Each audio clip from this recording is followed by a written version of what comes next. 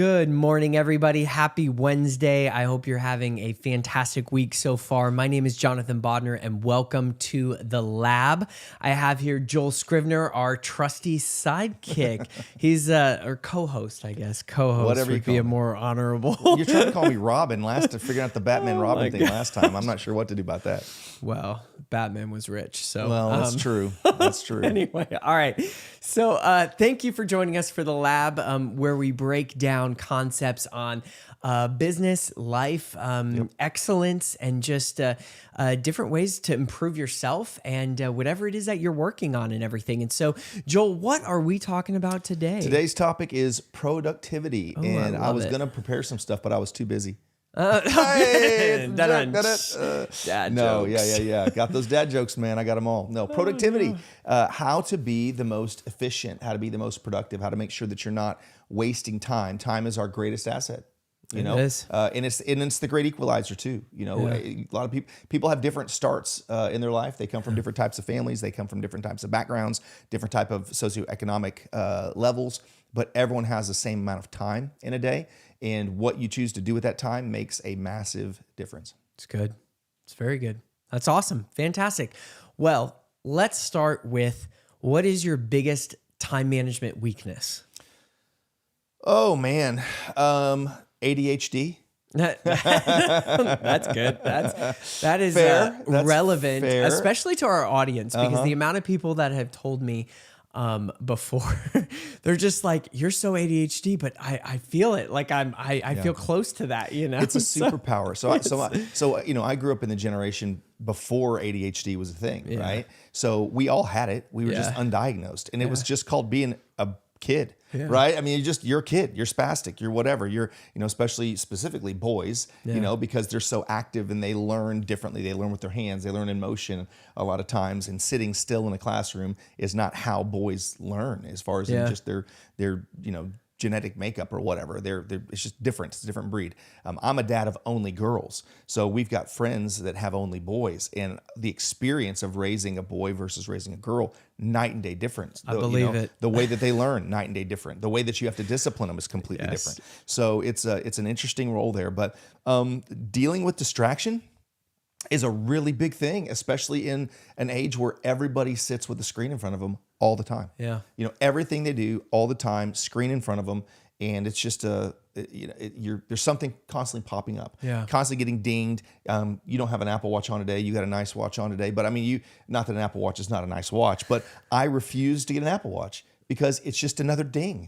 You know, it's another, you know, I don't want to be sitting there trying to have a conversation and my wrist is buzzing. You know, I can at least turn my phone over and put it on vibrate, and, you know, because it's the expectation. I mean, I heard something funny, you know, about marriage and how different it is now, you know, 30 years marriage ago. Is an Apple Watch. No, well, yes, it's constantly ding, buzzing you. Ding. Yes. No, but like how marriage was 30 years ago, you'd go off to work. There were no cell phones. You know, I mean, dude, when I was a teenager, I mean, cell phones were coming out when I was a teenager, right? We had pagers, you know, that kind of stuff. But you would go off to work, and let's say you had a 45-minute drive. No one can get a hold of you. No one can contact you. You're at work. You're out in the field. What if you get lost? Exactly. Well, we had maps. We literally had maps in our car. It was called a Mapsco. Paper you know, maps. It was what if the maps. Paper map caught on fire? Well, then you've got a bigger problem if you're driving and a map's on fire, you know, but it's got a bigger problem than that. But we had, you know, that type of a thing where you would just disappear and go away. And when you finally got back to the house at 5:30 or 6, you hadn't talked to your spouse all day. You had lots of stuff to catch up on. Now it's like, you see, you know, the way kids do, you know, young people do relationships now is all day long their social media, you know, posting and texting and liking and following, and then you get home, you got nothing to talk about, because you already know what they had for lunch. You already know about their, you know, everything that they did, you know, throughout the day, because they social media posted it all over the place. Social media posted it. Yes, you know, why? I'm just being broad. You want me to say they Snapchatted it or whatever, all the different, you know, the Facebook ding bongs, all the different things they got. The Facebook. So anywho, but that type of thing. So dealing with distractions is a big deal. Yeah. It is. It's very real. And I think if I was to answer the question, it'd probably be about the same as getting distracted, but not, I don't get distracted with like social media or anything like Right. that. Most of the time, in fact, I try and distract myself because I work better. We talked about that last week. Like I work better sometimes when I'm distracted, and I'll sit in front of Game of Thrones and I'll be working. And some of my best work is when I have something else happening in the background. And we were talking about how like some of my best thinking happens at a theater last week, but you know, similarly, I think that I get super, super distracted with other ideas, and like I will go off on tangents of all the things that could happen, all the possibilities, and it's great because it's all these innovative ideas and this big, think of it like a tree. It's like, oh, I'm thinking about just hustle. And then it's this tree of these branches of just like a million other ideas and thoughts and concepts of what I could build, and I'll build it. And I have to really work so hard to pull my mind back and say, what am I focusing on right now? What is my goal right now? Like, what should I be building right now? And like, and I've had to develop a personal system of organization and all of that, which we've, you know, talked about with the community before, of just how to segment and like almost contain and build containers for yourself, and build yourself boundaries. Your mind has to have boundaries. Otherwise, you know, there's moments you should let it free. Like I like over this weekend, I spent just an hour every day on Saturday and Sunday. I spent an hour just thinking. I said, you know what? I'm going to slow down and I'm going to start spending an hour a day doing nothing but thinking. And I just started that on Saturday, so we'll see how long it lasts. But and you have to have those opportunities where you let your mind go wild. But during the day and during the week, if you let your mind just go crazy and just continually, this cool thing, then you'll never get anywhere. You'll never actually get any results because you don't get anything done. You just keep working on something new. And that's the bane of my existence when it comes to production, is not like social media or TV or like any of that. It's other ideas, you know, and other concepts. So I think that'd be my most difficult thing. Right. Because I think you said it this way. You're a great starter because you got all these ideas that pop up, jump. But then you've got to get other people to manage those things and finish those things out, right? Which is a part of productivity, is really knowing yourself. I'm similar in that way, right? So I'm not the guy that's supposed to sit there and manage something and project manage it in every detail and check this box and all that. That's just not who I am. So knowing yourself is a big piece of this, you know? I was talking to an employee this morning, and awesome, phenomenal guy, creates incredible work, just so good. And we were talking about like on a certain project, we're going to have to expand the team.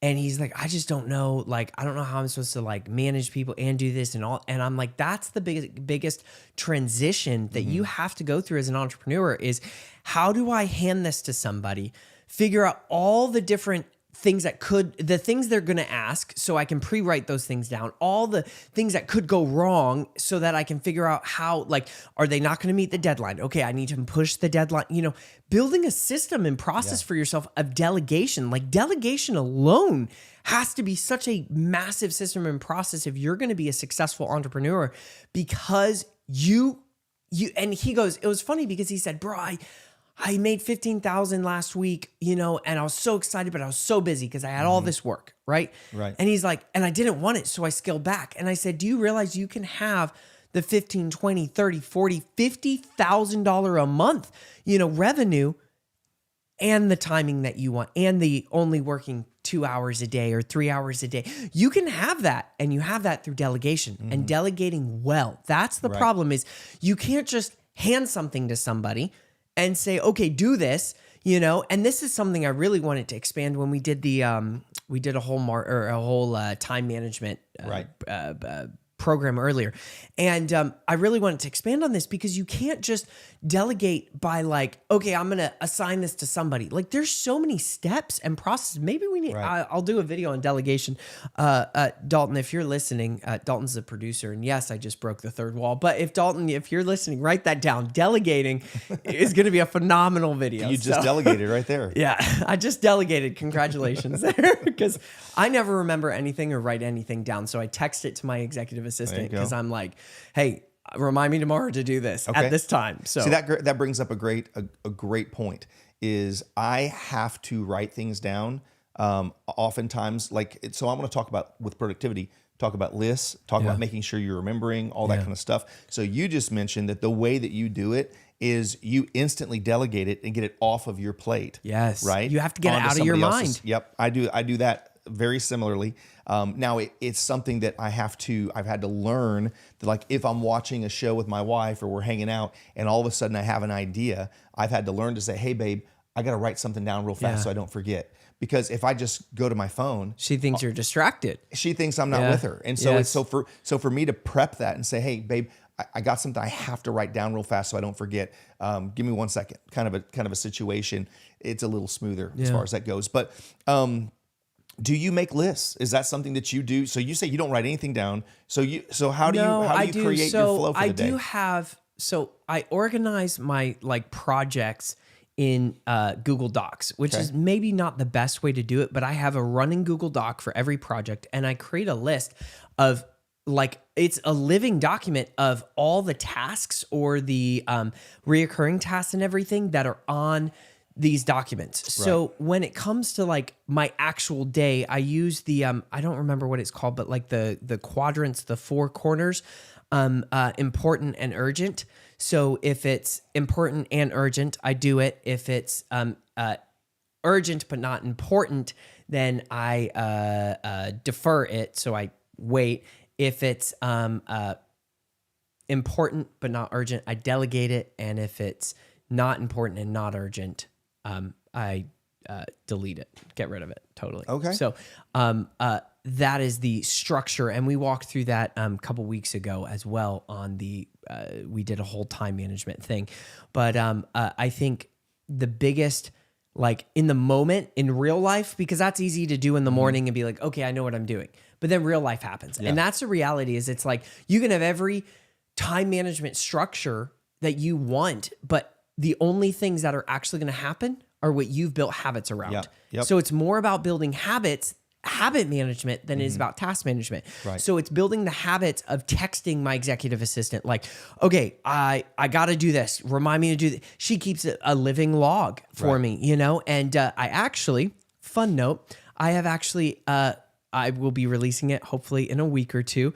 I have finished an AI/machine learning assistant bot that does all of that for you instead of paying an executive assistant. Really? So I hope she's not watching this because you're not going to lose your job. But yes, and so it actually helps with that efficiency, and it helps you build a habit of getting it out of your head and breaking it down. That's the big thing is it's not just oh, I got to do this. It's breaking it down into because most people think task management is, okay, I've got to go to the DMV. I've got to build a website. I've got to do this. I've got to do this, but it's not. Right. Task management is breaking that down into, all right, I have to build a website. That's not a task. That's a category. Project. Mm-hmm. Exactly. So what is your next actionable step? Procrastination happens when you don't understand or don't know your next actionable step. What is the number one thing that I need to do right now that moves me to the next item, right? And that's why people love lists. It's because it's this progression, oh, I do this, then I do this. That's usually what I do is I do a chronological, I have to get this done, then I'll get this done, then I can get this done, then I can do this. So you do more timeline. Yeah, very much so. Interesting. Yeah.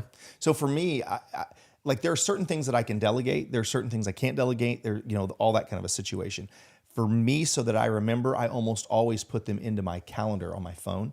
So today, I'm laying there last night watching a show. I have a number of things I have to get done today. I jump in my phone. I put calendar entries. Make sure this, and this, all these different things. It's on my calendar because then it pops up as an event, and you're like, "Wait, am I supposed to meet somebody?" But no, it's oh, I got to get this task done, and here's some notes on the task. These are the things that are very important for today, right? It's good. So, but again, that's how I write it down. I have a yellow pad, that I use from time to time. Pad? Yeah, remember those old yellow pads, the old legal. The legal, yeah. So because I'm a hands, I journal. I write with my hands. I enjoy that. Like it. You need it's a relaxing Remarkable. for me. You ever heard of Remarkable? Yeah, I've seen them. You had one. I remember seeing those. I still have it. But I do. I like a paper. I like a real book. type of a thing, so it's not right. all digital, but it's part of my creative process. A lot of times is the doodle, the writing side of it, Getting it out. That's so important because if you can't get it out, you can't figure out what like the next items are and stuff because your brain is like, oh, there's so many tasks. Write it all out. Well, empty your mind. So it's like you on a whiteboard, okay? Yeah. So you when you get on a whiteboard, your creative process goes nuts. But sometimes you're somewhere where there's no whiteboard. So for me to have it hurts. It's hard, right? So for me to have a yellow pad or something like a big that's a substantial piece of paper that I can work on, or my journal that I've got opens up and I got two sides and I can draw something out or create, in that regard. I think that's something that it works for me, and you got to find out what works for you. I mean, that's part of the situation is, not everybody, some of you are like, well, I got no one to delegate to. So Jonathan's saying, I delegate everything. I do nothing, he does a lot. I'm just joking, but it's like, hey, I built that. I worked that, it went from delegating to one person I could not afford. But I knew if I delegated to them, I could go hire or I could go sell more. Yep. And if I sold more, then I made more. And it was a snowball effect. Okay. And now I've got 55 people I can delegate. And if I can't find them, Upwork or Fiverr. Those are your best friends. If I don't have somebody that can do a task or they're busy, Fiverr. It's a couple $100. And the reality is poor people sacrifice their time, right, to get more money. Wealthy people give up their money to get more time. Yep. And I know that's a simple cliche that everybody uses, but it's like $100, $200, $300 to save me a couple hours is a no-brainer. I drop it probably multiple times a day. I'm spending thousands of dollars a day just delegating that has nothing to do with the people I've already hired, because I'm like, no, if I can get this off my plate, I can work more. Because of my delegation the other day, my gosh, if I showed you what I got done last Monday, it was probably one of my most productive days this entire month was last Monday. And I got so much done. But I realized, I looked back and I said, because I delegated like 6 things and I would come up with exactly a document of this is what needs to be done. I'd send it to somebody on Fiverr. I'm like, get this done. And it's like things that I don't have a staff for it yet, this particular piece of stuff. So I'm like, get this done, get this done, And I look back on the day, I'm like, I finished so much. I finished what an entire company would have finished in a day, because I had an army of people working for me. Wow. And it's simple. It's simple. Yeah. It's Fiverr. Go on Fiverr and hire somebody for $50 to do something where you can either get more done or take that time and breathe. Yeah. So anyway. That's good. That's really good. So okay, I have, in certain organizations, I have people to delegate to. In other organizations, I don't.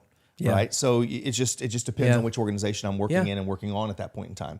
And so one of the things that I'm doing too in this organization that Jonathan and I are working together on is I'm putting together what would be called a working board, or an action board of people that are interested in the idea, interested in the concept, and say, I want to be a part of this. I want to partner with this. Now, it's not a paid role. Yeah. It's a volunteer role because this is nonprofit. It's a nonprofit organization. But again, part of what you've done, and you've done it over and over again, is you've put together teams of people when there was no money yet. Yeah. But you put together teams of people that believed in a vision.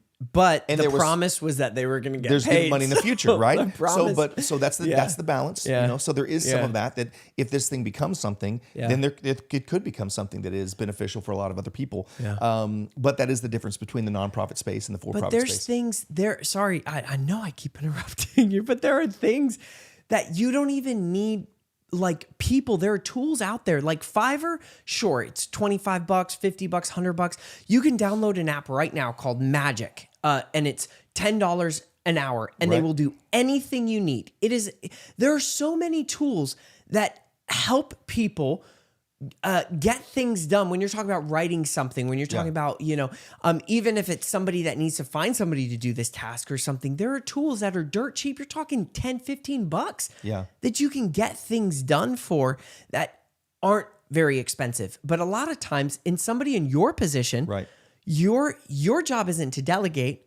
And my job isn't even to delegate. It's to delegate. So to find somebody to give something to so that they take it, a project manager, right? And that's when we're building the large organizations, if we don't have project managers, then we get stuck delegating to all hundreds of people, which doesn't work. Right. So That's good. So what do you do? You talked about how you set your priorities. What you said it's important and urgent. So something that's important. quadrant. Yeah. Okay, then urgent, and then not important. So not it urgent. looks, I don't have my whiteboard here, but it looks like a, See, he's powerless without it it. looks like a square. If okay? you had a yellow pad from the 1970s, you could knock this thing out. So you just draw a y-axis and an x-axis, and it's important and urgent. Okay, so these two, oh man, this is hard to explain without a whiteboard, but it's 4 boxes. Okay, so if in the top left box, for those watching, it's on the right box, but in the top left box, it is both important and urgent. Okay. So that's what I get done that day. Okay. The things that are important and I have to do. If I have more time, then I get the urgent things done that are not important. Okay. So I move over to this box, right? Then if the things that are important but not urgent, Right. I delegate. Right. Because somebody's going to take half the time or twice the time that I'm going to take on it, right? And then if it's not important and if it's not urgent, I either delete it, get rid of it, or I send it to the next day. Yep. So that's how the good. 4 squares So I've work. seen this done another way too. So sometimes when I'm making my list or whatever, it feels good. Certain people, everyone's different, right? So for some people, it feels good to write something down and cross it out. Yes. You know, I just boom, did it, done, whatever. Yeah. The other piece though is the flip of it when you've got this list, because my yellow pad, next thing you know, can have 25 things on it. You know, and it's overwhelming, and then I don't even want to look at it. Yeah. You know, because there's just so many things to get done that I feel like, how can I possibly do this? So one of the ways was it was, I believe, 5 different things. Must do. Was one of them. Like this is a have to do. I have to do this. You know, which would fall into important and urgent, right? Yes. And then so the next one down was should do. Yeah. You know, and then it was could do. Should do is urgent but not important. Right. Right. And then it was could do, which is probably, important but not urgent. Exactly. Whatever. Exactly. And then the next one was should delegate. Yes. You know, and then the next one was shouldn't do, which it's is the which same. is cut it Yeah, off, it's the right? same progress. So That's it was awesome. That's basically good. putting it from 1 to 5, so it's just a different way of thinking about it. So it's the must do, should do, go from How there. long did it take you to build that habit of actually doing that though? Because a lot of people, they're like, well, I don't want to write that down. I'm like, I don't write it down. Like that's in my head. Yeah. Like I've done it so many times over and over again that it's like a natural process in my mind. I built myself a process. So how long did it take you to build the process of the natural falling of tasks, like where they naturally fall into that? That's a great question, because it's something that I fluctuate back and forth from doing it that way to doing it the way that you're talking about, which is in my head. I would say it fluctuates too, so that's reasonable. So I would love to say that I have this habit and every single day I walk through this productivity process, but I really don't. I don't think anybody does. I'm chasing butterflies sometimes too, right? Yeah. And so for me, you have a number of different factors. With A, you're dealing with ADHD. Yeah. B, just the craziness of life, types of situations. C, getting older, I feel that. D, all the brain cells you burnt smoking weed back in the day. I'm just joking. I've never smoked weed in my life. I'm just joking. But whiskey's eating those brain cells. Whiskey's eating it. But you have all those different things. So here's one thing I love this quote. It's a Mark Twain quote, and it's called "Eat the Frog." Okay. Yeah. So eat the frog is a philosophy that Mark Twain used. If you don't remember Mark Twain, Huckleberry Finn, all the, ancient, writer from the early. If you don't remember Mark Twain, did you go to school? Oh, exactly. Even homeschooling. Even we had homeschoolers, Mark Twain, you knew Mark Twain, right? Well, now he's probably not getting a whole lot of love. A lot of his stuff was written in a different era, but but eat the frog was his motto. And essentially what it was when you're looking at the things that have to get done, there's the thing that's the hard thing. So a lot of people procrastinate the hard thing, and they do the easy things. And so they look at their list, and this was something that I used to do quite a bit, and sometimes I still do, because I just feel like I need the win. So here are the easy things that I can bust. Boom, boom, boom. And I knock these, easy things out. And look, I got 3 things done, but they were unimportant. Well, that's a mentality and thing. Unurgent, you needed right? the win. I just needed keep to win. Moving forward. Right. Yeah. So there are days that feel like that. And there are other things that are it's the frog. Yeah. It's the hard thing. For example, we talked about this before, but one of the things that I always procrastinate is organizing my study, filing things, putting, any of the details that don't feel like they are income generating activity. Oh yeah. Anything that's not income generating activity, I'm like, that's filing. Somebody else can file. Somebody else can put whatever. That just hit me to my soul. Right? I feel that. Yes. But at the end of the day, I don't have someone at my house. I don't have a assistant that comes to my house that organizes my Neither files. do I. Why did you say it like that? My point is I can't delegate it. So I mean, trust me, if I could have my assistant come to my house and just like do everything, then I would. Well, but she lives in married? California, so I'm just kidding. My wife. My wife is not my assistant either. No. But hey, we're gonna do a marriage course eventually. Next level. How to not get they're divorced. They're like, we don't want marriage advice from John. I don't know. Well, you might. I mean, staying married is a pretty good qualification. 27 years, you might have figured something out. He said there are some things that you might. Yep. All right. So anyway, I'm sorry. Okay. Long story short, it's that whole thing of when you do the hard thing first. Yes. What happens is your hard thing, if you're not careful, keeps getting bumped. The hard thing is typically the important thing and the urgent thing a lot of times. Yes. So it keeps getting bumped and bumped and bumped because it's the hard thing. Yes. But once you eat the frog, once you do the hard thing first, all the easy things happen. And that's where you're talking about you have a day where you're like, dude, I just crushed this day. I got so much done in this day. Because it may take you for the hard thing, it may take you a handful of hours. Yeah. But once you do it, now you're killing all the little bitty things and you finished everything. And there's nothing that feels better than getting everything done in your day that you needed to get done, as opposed to constantly pushing them back to the next day. And it just seems to pile up a lot of times. It's very real. And I think doing the hard thing is probably the most powerful principle in business, leadership, anything, because so many people, it's not that something can't happen. Anything can happen. Anything can be done. It's a matter of, are you willing to pay that price? Right. And paying that price looks like doing the hard thing every single day. And it gets easier. That's the thing, is it gets easier. It gets easier to I literally and we'll take a break after this thought, but I got this call from a client, and this client is not going well, and it was a terrible situation, and we weren't getting paid for jack crap, and just it was a mess. Communication was all over the place. And anyway, he had been emailing me, and we emailed back and forth, and not super happy emails. And he, not super pleasant emails. And I pick up, and he's like, oh.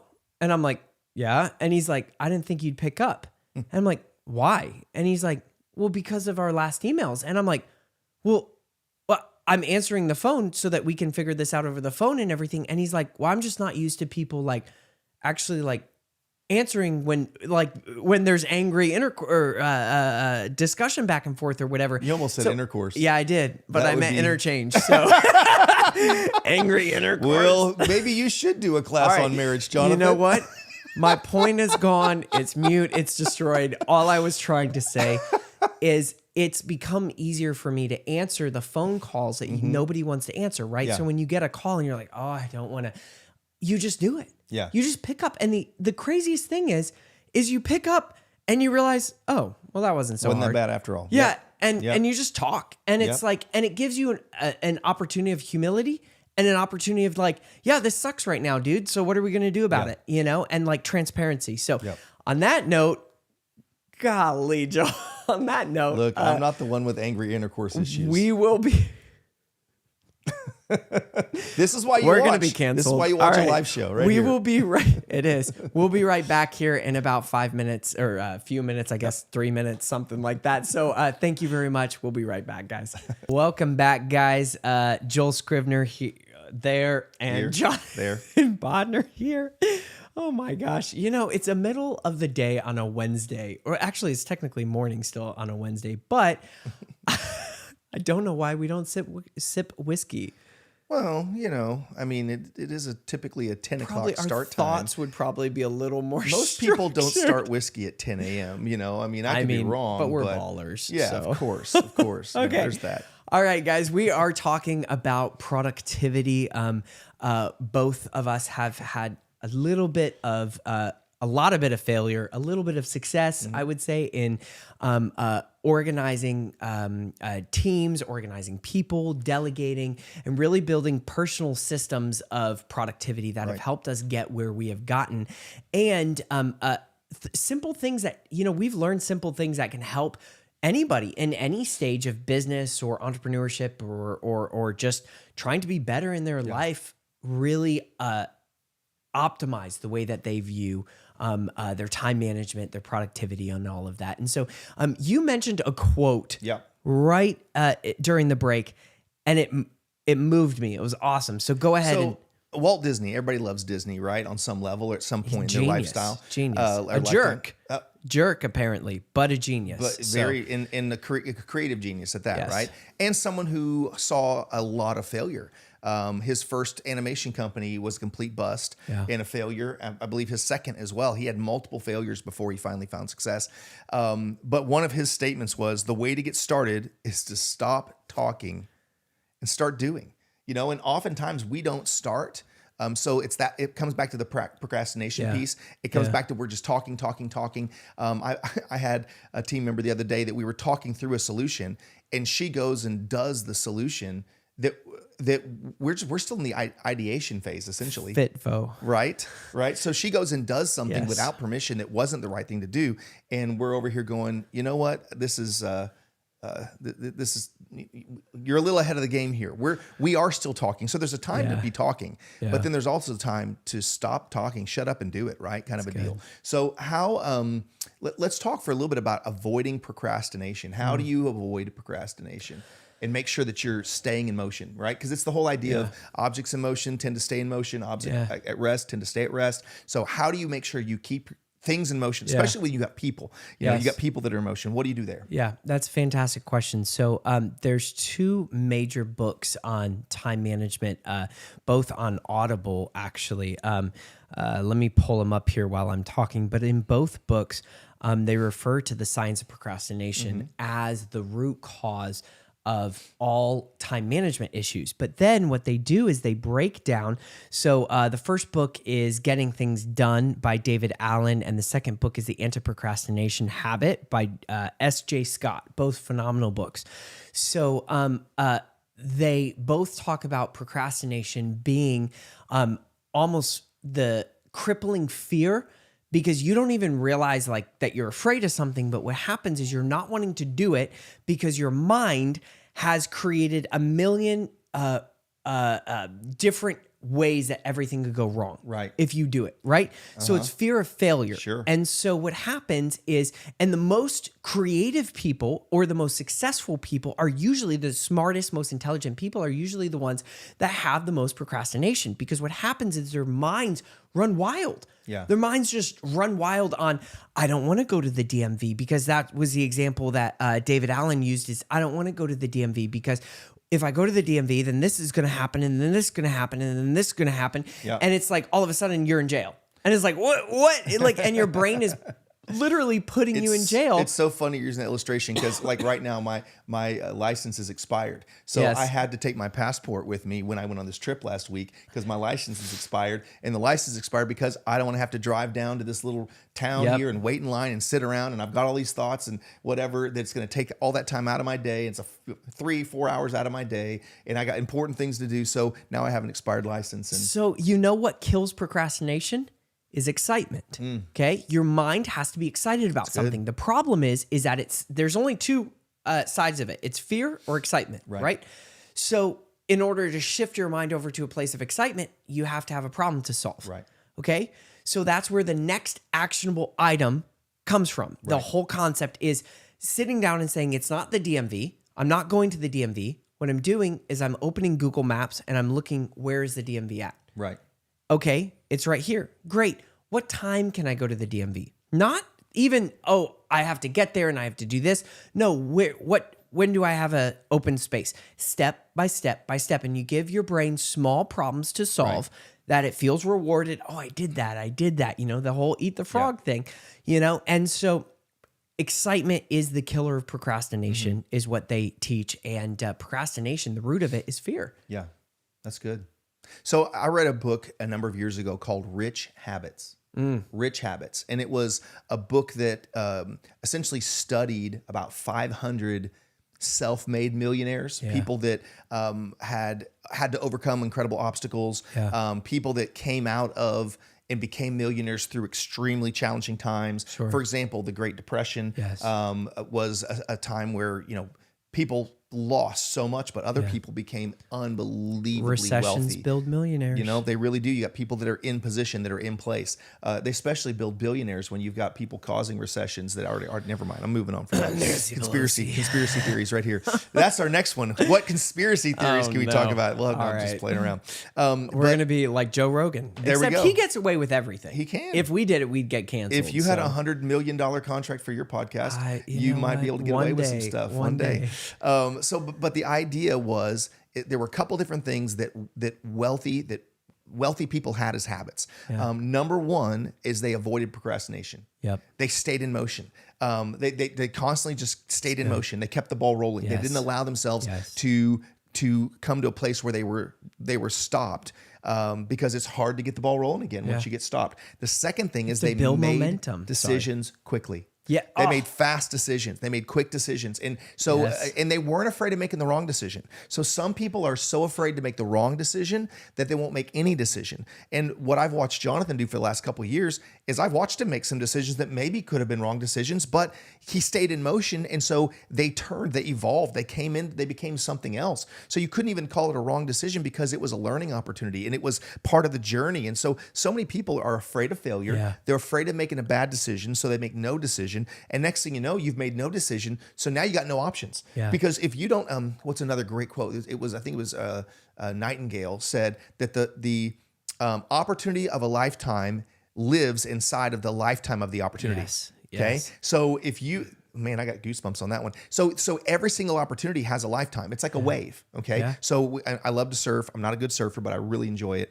And one of the hardest things I've ever done. I'm a snowboarder, very good actually on a snowboard. You'd be impressed.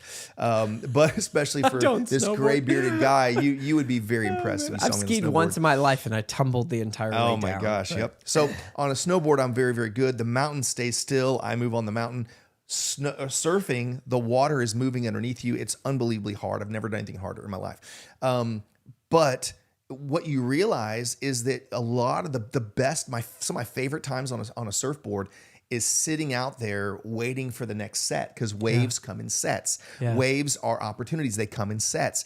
And the first thing that you learn when you're taking surf lessons is how to watch for the wave and how to actually pick it and how to see and how to read the ocean and basically forecast what's coming.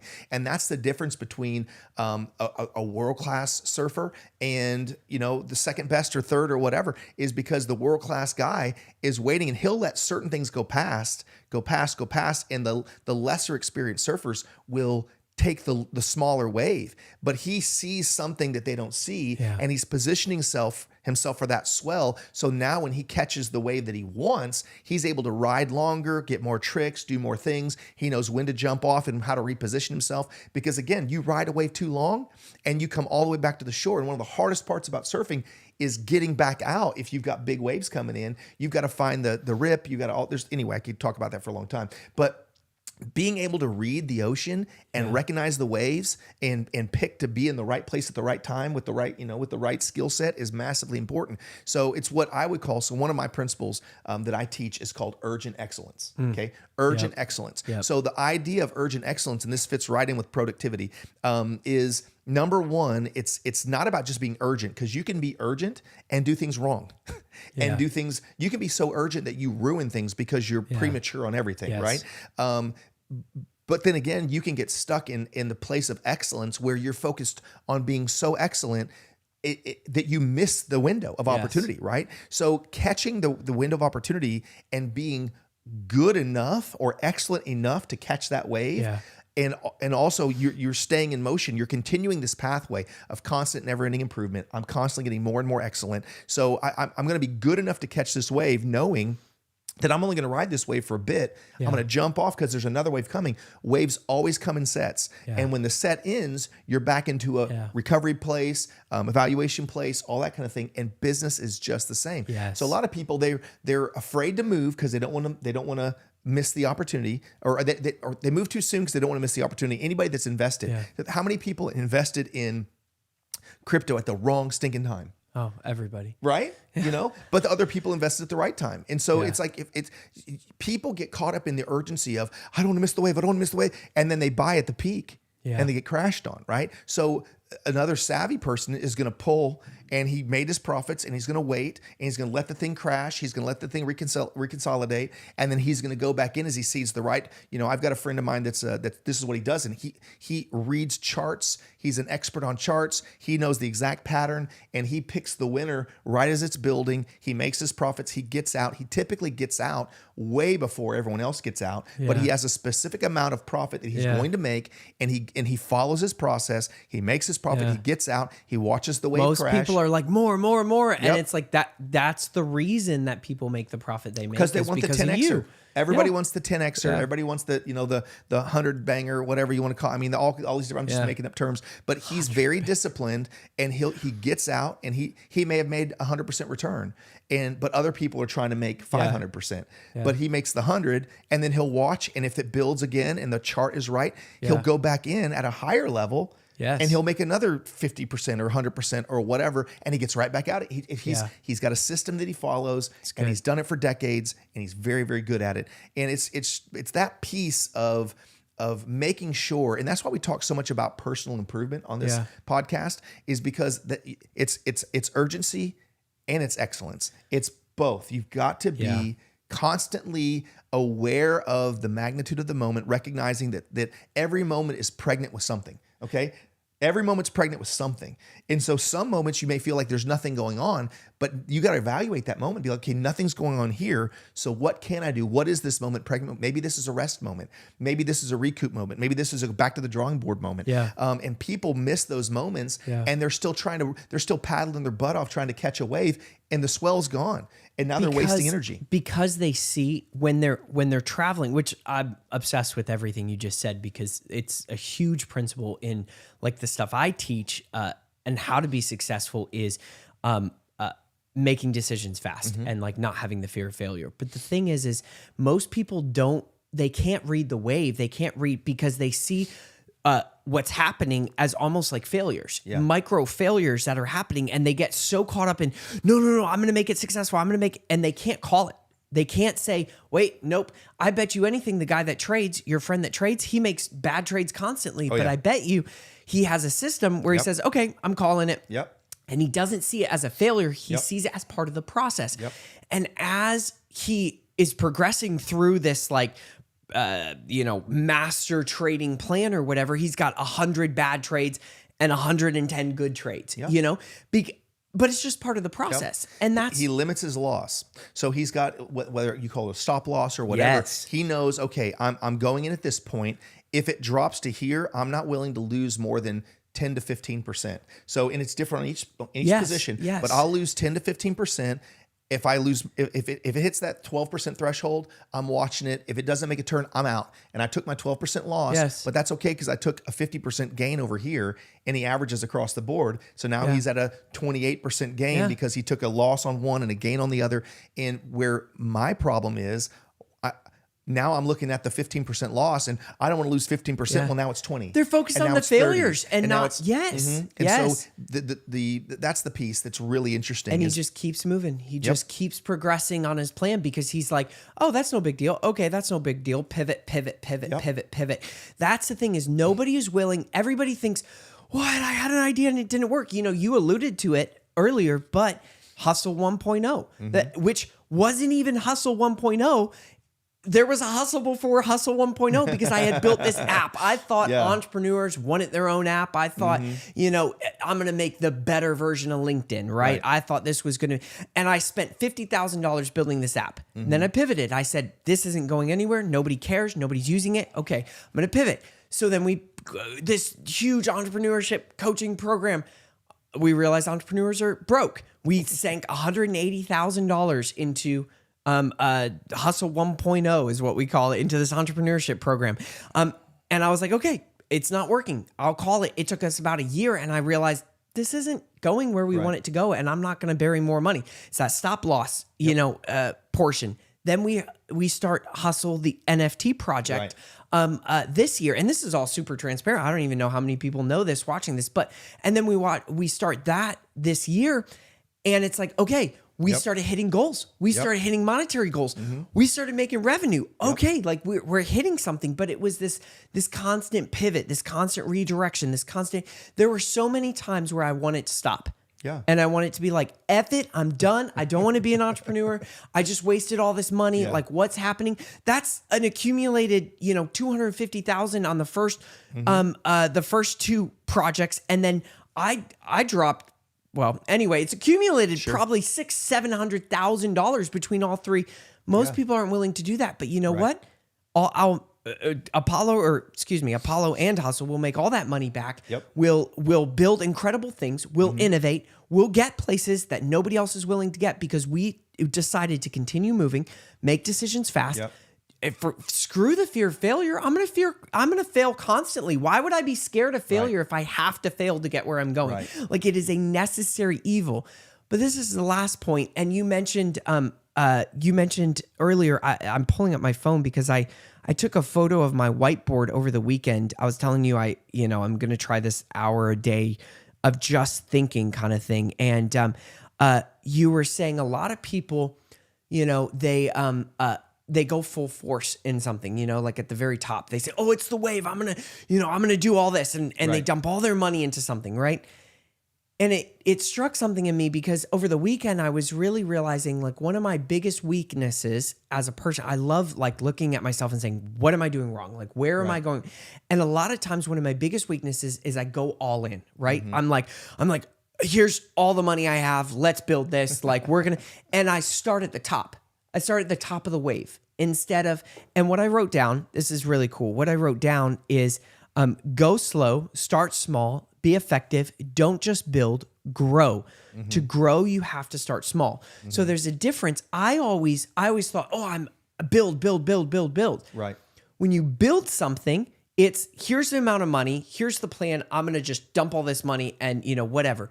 The reality is nothing is built. It's grown. Yeah. It's fed slowly. There's a seed and it's grown over time and you're feeding that, and I really realized inside of myself, I was like, wow, like I need to focus on growing more than I need to focus on building because growing is a process of test this. Okay. Test this. Okay. Try this. Okay. This worked. Feed it more, and it grows, and consistently feeding it instead of starting with the end. Yeah. I know you have to start with the end in mind. Sure. But I always, that was the problem with the Hustle 1.0 is I put a bunch of money. I said, money will fix it. I'll just build everything we need day one. And then we realized this isn't what the customers want. Yeah. And we had just built this whole thing. So there's something to be said about your whole wave principle. And I know I just ranted for 30 minutes, but there's something to be said about your whole wave principle of like, there is a process that you have to go through to make anything successful. You cannot throw money at something and say, like, if you have all the money in the world and say, I want to rebuild Twitter, guess what? Great, you rebuilt Twitter, but then what? You have to start small. It's like, what can you build that you can test to see if customers want that? Exactly. And test to see if that's actually effective and then put a little bit more money. Yeah. The problem is billionaires and millionaires think they can just, but that's why they buy a company that's already successful and they can scale. Yep. Because they're like, why would I start fresh? Why would I try and figure out how to? Elon Musk didn't build SpaceX. He bought SpaceX. Oh, wow. He didn't build Tesla. He bought Tesla.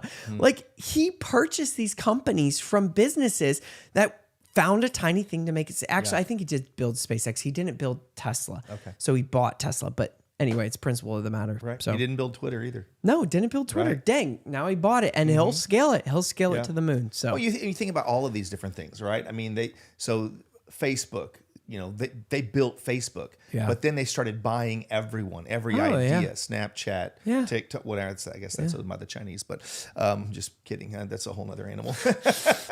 Nancy but Pelosi. but with those kind of ideas, I mean, acquiring something, again, it's an object in motion. Yeah.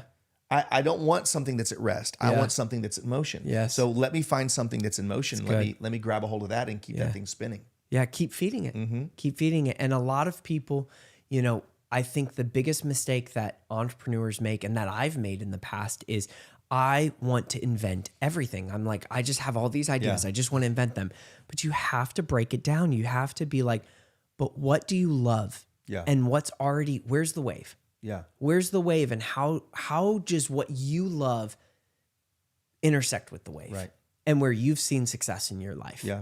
And so but I think the reality, reeling it all back in, what you said about making decisions quickly and not like F fear, just keep moving, just keep going, just keep keep moving is the most important part of productivity is, oh, I'm stuck. Great. Throw that task out and find something else to do on the project. Like you have a block of time. Like that's what it should not be tasks. It should be blocks of time. And that's what we talked about a while back too, is putting your tasks or your projects in blocks so that it's like, then you don't feel the pressure of I can't move because I can't get this done. It's like, no, I've got an hour more to focus on this. So I'm going to do something else. Yep. Momentum. Failing forward. We've all heard that principle, right? Yes. And so I have a friend. My friend had this idea. I do. I have a couple. Oh, I didn't know that. My friend this guy's extremely successful, incredible speaker, coach, leader. He had an idea of what would it be like if I tried to fail. Like if I overcame the fear of failure because I planned on failing, and I'm going to start doing things knowing that I'll fail, but the process of failure is my learning opportunity. That is my learning lab, essentially. And so this guy, he's a basketball player. He made a decision that, I'm going to try out. It's always been my goal, always been my dream. I'm going to try out for this professional basketball team. And he made some calls. He worked some angles. He got a tryout, and he got his butt handed to him. I mean, and he's a good player, but he's not NBA level player. But for him, it was the experience of overcoming the fear of failure and actually intentionalizing chasing that failure. Because if I can what was it? Is it I think Thomas Edison said, I never failed once. I just learned 10,000 ways. It didn't work. And so if I could just be in a hurry to figure out every way it doesn't work, and if I can fail 10,000 times as fast as possible, so I do find this way that it does work. Fail faster than your competitors, and you'll keep win failing anything. forward. So to me, it's like if I learned something, was it really a failure? If I grew from it, was it really a failure? Or was it an opportunity that I intentionally created, knowing that the potential for failure was there? But if I learned, I'm evolving, right? That is, so it's almost a compass. It's the compass that personally I use, and I know multiple people use. It's the compass of fear. Yeah. You chase, it's like, oh, what do I do? I don't know what to do in this situation. What are you scared of? Because you're scared of failure. So whichever decision you are more afraid of, chase that decision because you know that failure is at the end of that decision, and that's why you're scared of it. And you have to fail to succeed. And so it's almost this compass of like, nobody should be stuck ever. Just do what you're most scared of. And so, and that embodies it. That's incredible. It's really how fast can you fail in business, because your competitors have to fail just as fast as you have to. So you're going to go through the same process. You might as well do it faster than them. Yep. Absolutely. So, that's I good. love it. It's good stuff. Guys, thank you so much. This has been awesome. I've had a lot of fun. I always have fun, Jonathan. Especially when you're, never mind. I'm not going to go back to your. Don't go back there. Don't go back to the last Marriage segment. 101 with Jonathan Bodnar. That's coming up. I don't know about that. Anyway, all right, guys, thank you very much. We hope you have an amazing Wednesday and a fantastic week. And we're very excited to hang out with you guys next Wednesday. So, it's Thanksgiving. We're not doing next Wednesday. We are not doing next Wednesday, the Wednesday after. So, So in that case, I know I'll see you, but Joel probably won't see you. So we hope you have a phenomenal Thanksgiving, and hope it's a great tradition with your family, and a good time for you and your family to get together. If you don't have family, one of the things I used to like doing when I didn't get invited to Thanksgiving dinners and I would sit in my car is finally I decided I'm going to go serve. And so a great thing if you don't have family around is go serve at a food kitchen. There's plenty of people that also don't have family around. And so, not to be depressing, just throwing that out there is there's always an opportunity to be around people during the holidays. So, and it's, that's a really great thought too, is it's easy for us to focus on what we don't have, and how quickly can that change when we position ourselves around someone that's got even less than us? I mean, it's a simple thing. And there's the next piece of it is a principle called moral elevation, that when you do something to serve others, it makes you rich internally. It's true. It elevates you internally. So that's a great idea, great principle. Maybe our next one will be on serving. I love it. All right, guys. Thank you so much. Have a great Wednesday. We'll talk soon. God bless.